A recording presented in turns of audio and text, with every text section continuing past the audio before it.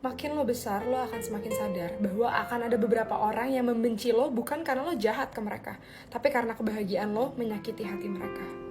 Iya, walaupun lo gak mau memamerkan kebahagiaan itu, tapi kalau mereka ngelihat kebahagiaan itu dari story lo, dari mereka ngelihat gaya hidup lo sekarang, itu mereka akan bertanya dalam dirinya sendiri, apa sih yang dilakuin sampai dia deserve semua itu? Padahal dia gak layak tau buat dapetin semua itu. Siapa sih dia? Dia bisa apa sih?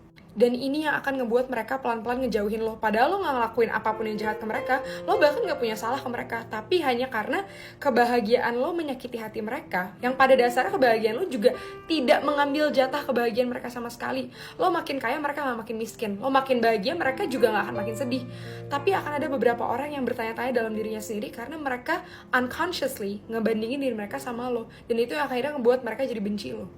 Jadi jangan bingung kalau semakin gede temannya semakin sedikit, semakin banyak orang yang ngomongin lo, padahal lo gak punya salah sama mereka. Padahal setelah lo refleksiin diri, kayaknya gue gak pernah jahat ya, ke mereka, tapi kok bisa ya mereka ngomongin gue kayak gini. Ya itu, karena mereka hatinya sirik, karena mereka hatinya gak putih kayak lo. Jadi kalau ngeliat orang lain bahagia, bukan ikut bahagia, malah bertanya-tanya dalam diri sendiri, kenapa ya mereka bisa kayak gitu, kenapa gak gue aja.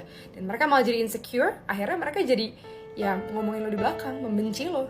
Makanya gue selalu bilang, belajar untuk punya hati yang bersih. Ingat aja, orang lain bahagia gak ngambil jatah kebahagiaan kita kok. Orang lain makin kaya gak ngebuat kita makin miskin. Jadi gak perlu ngelihat sesuatu itu dengan sirik.